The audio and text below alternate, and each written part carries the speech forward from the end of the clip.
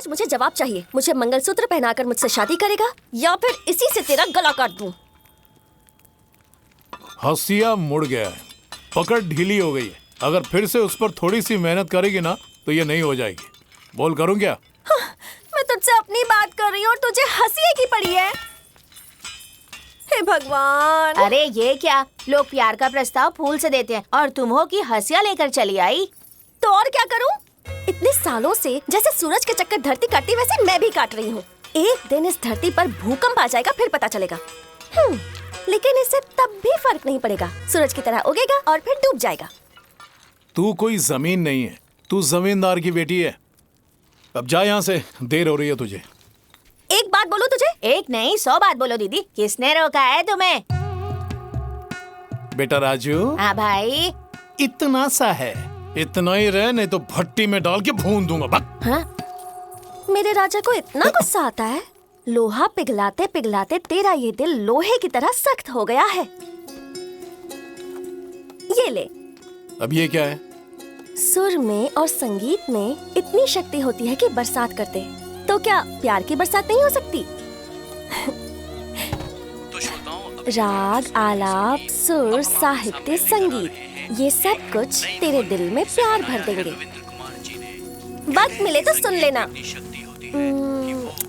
नहीं नहीं नहीं, वक्त निकाल के सुनना। सुन लूंगा। अब बता, यहाँ से जाने का क्या लेगी तू? वहाँ एक पप्पी। तेरी तो निकल यहाँ से।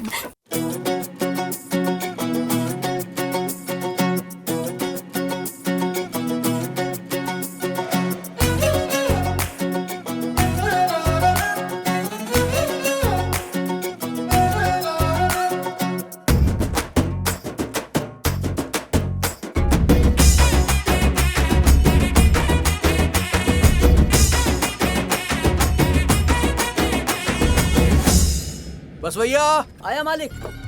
महेश, ये लीजिए मालिक। कालिया आया मालिक। अगर सरकार को पता चल गया कि हम मुफ्त में दी गई खाद बेच रहे हैं तो कोई बड़ा मामला तो नहीं हो जाएगा? हम जबान नहीं काटते हैं बाबू, सीधा गला काटते हैं। कालिया इधर आओ, यहाँ पे अंगूठा लगाओ। पिताजी आप अन्याय कर रहे हैं। कोई सवाल पूछने वाला नहीं है तो आप जबरदस्ती करेंगे। सरकार ने ये खाद किसानों के लिए मुफ्त में दी है और आप इन्हें बेच रहे हैं। सिर्फ यहाँ नहीं, आप जैसे लोग तो हर जगह हैं। वो भीम हल्ली का देवराया, वो तो अपने आप को भगवान ही समझने लगा है। ऐसा दिखाता है जैसे खुद की जेब से खाद दे रहा है। और जिस तहसीलदार को उससे सवाल करना चाहिए वो तो वहाँ खड़े खड़े ताली बजाता है। अमीर लोग गरीबों की भूख कभी नहीं समझ सकते है ना पिताजी? सरकार ये समझती है, इसीलिए गरीबों को 2 वक्त का खाना मिल सके उसके लिए उन्हें मुफ्त में ये खाद दी थी। लेकिन आप तो उनसे वो भी छीन रहे हैं। ये सब ज्यादा वक्त नहीं चलेगा पिताजी। एक दिन आपको इन सब का भुगतान करना ही पड़ेगा, देख लेना। ये हमारे कदमों के नीचे मरने वाले गुलाम हैं। जब तक ये जात पात में उलझे रहेंगे गुलाम ही रहेंगे। और जमींदारों के लिए उनकी पैरों की जूती है। और हमें अगर चलना है तो इन्हें दबाना ही पड़ेगा।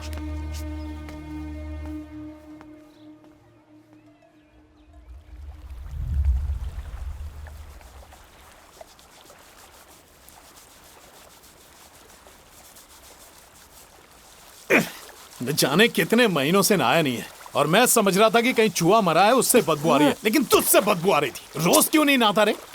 हर रोज त्योहार होता है क्या? तो हर रोज क्यों ना हूँ मैं? पंडित थोड़े ही हूँ। तेरी तो अबे सिर्फ वही इंसान है, हम इंसान नहीं है क्या? हैं? दीदी आप भी नहाने आ जाओ। ओए, अरे मार क्यों रहे हो? जो इसे पूछना चाहिए था वो तू पूछ रहा है, इसीलिए इसे जलन हो रही है।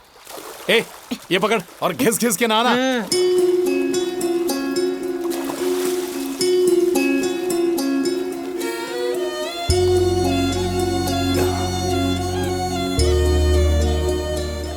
तुझे देखकर ऐसा लगा जैसे कोई राजकुमार चलकर आ रहा हो। तुझे साइकिल पर नहीं जाना चाहिए, शेर की सवारी करनी चाहिए। ठीक है चल बाजू। अरे टायर पंचर हो गया। ये तेरा ही काम हो सकता है। हाँ, कुछ भी बोले जा रहा है। मैंने तो कुछ भी नहीं किया। अच्छा रुक ना, सुन ना, एक पप्पी तो दे दे, मैं तुझे अपनी साइकिल पर ले जाऊंगी। तेरी साइकिल कोई शेर नहीं है जिसकी सवारी करो। अरे पहले मेरी बात तो सुन। सरकार गरीब किसान के लिए मुफ्त में खाद दे रही है। ये जमींदार और तहसीलदार सब आपस में मिल गए हैं और वही खाद किसानों को अब बेच रहे हैं। कोई इसके खिलाफ कुछ नहीं करेगा। हमारे गांव में बड़े बूढ़े हैं, उन्हें अच्छे से पता है क्या करना है, और ऐसा करने से पहले उन्होंने भी सोचा ही होगा। तो मुझे क्यों परेशान करती है? मेरे पीछे मत आएगा। मैं तेरे पास इसलिए आई थी क्योंकि मुझे लगा तू कुछ करेगा। मैं ही बेवकूफ थी। मरते दम तक तुम्हें अपनी जूती के नीचे रखेंगे। तुम लोग ऐसे ही जियोगे।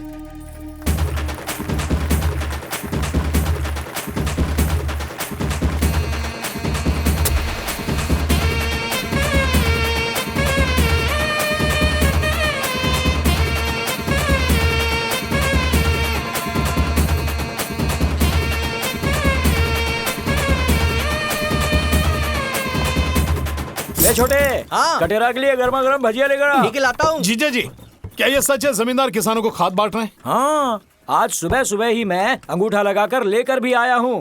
ये देख। मतलब प्रभा सही कह रही थी, सरकार गरीब किसानों को मुफ्त में खाद बांट रही है। अरे मुझे लगता है वो तुझसे मजाक कर रही होगी।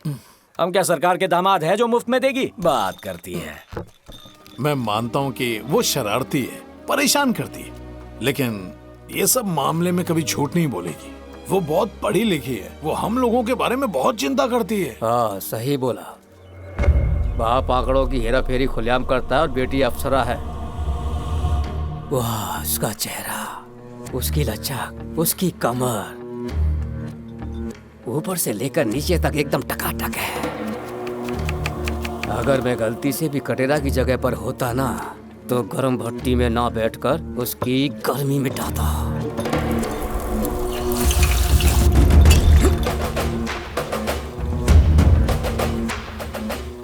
खाली बोतल को दबाए तो वो बहुत आवाज करती है।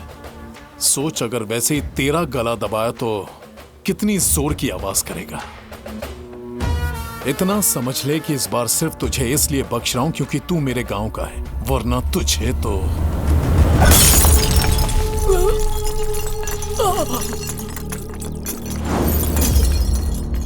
सच्चा मर्द वही है जो औरतों की इज्जत करे, तेरी तरह जलील नहीं।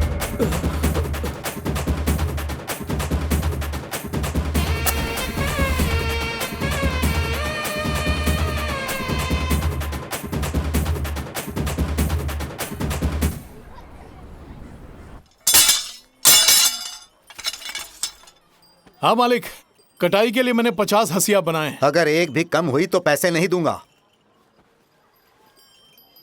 आपको हम पर भरोसा नहीं है? ईमानदारी हमारे खून में है। आप भले हम पर भरोसा ना करें, लेकिन हम ईमानदार लोग हैं। महादेवी, जरा छाछ लेकर आना।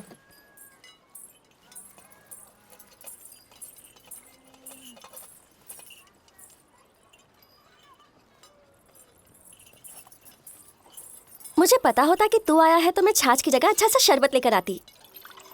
ये ले। जरा रुको, ग्लास लेकर आता हूँ। एक पुरानी कहावत है, रिश्ता मांगने आए हो तो दूल्हे को रुबाब में रहना चाहिए, समझे? ए लाओ, मुझे दो, बहुत प्यास लगी है। महादेवी,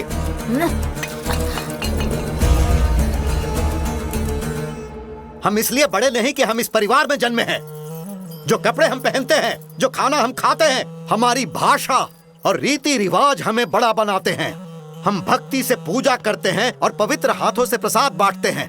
ये गंदी चीजों का सेवन करते हैं। ये जमीन है और हम आसमान। समझा दो अपनी बेटी को। मालिक, इनकी कोई गलती नहीं है, इस बच्चे से अनजाने में गलती हो गई। मैं सिखाता हूँ।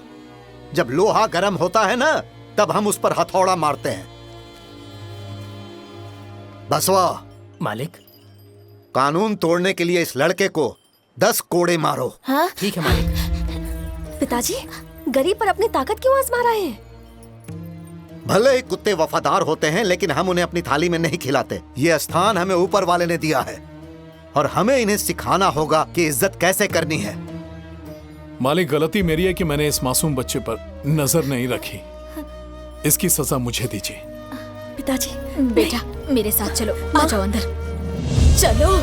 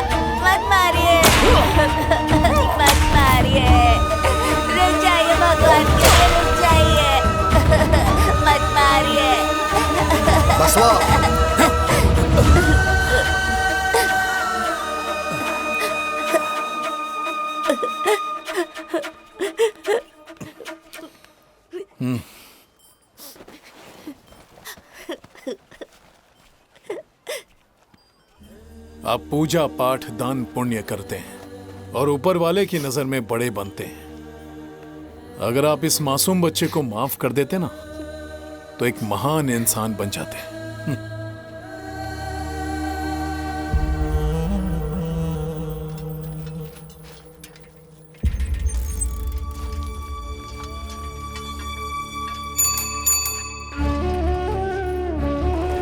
कटी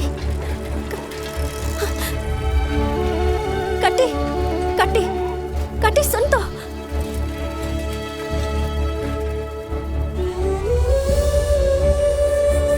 कटी एक मिनट मेरी बात तो सुन ले। कटी कटी कटी रुक जा।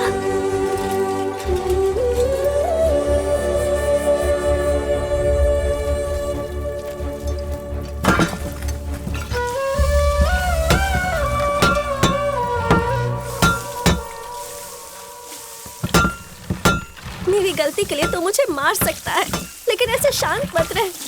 मेरी जान जा रही है। मैं तुम्हें कितनी बार समझा चुका हूँ, लेकिन उम्मीद है कि अब तुम्हें हमारे बीच का फर्क नजर आ गया होगा।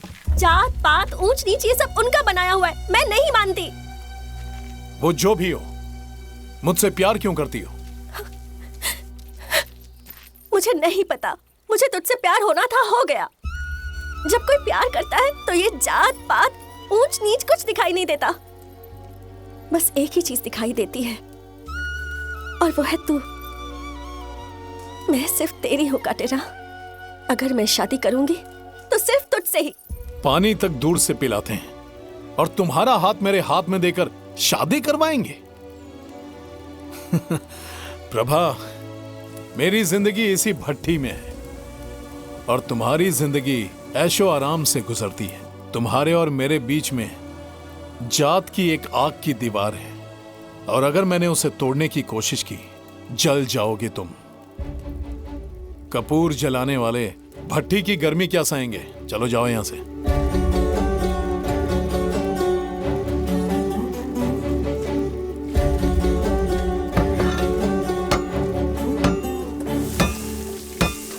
भाई प्रभा,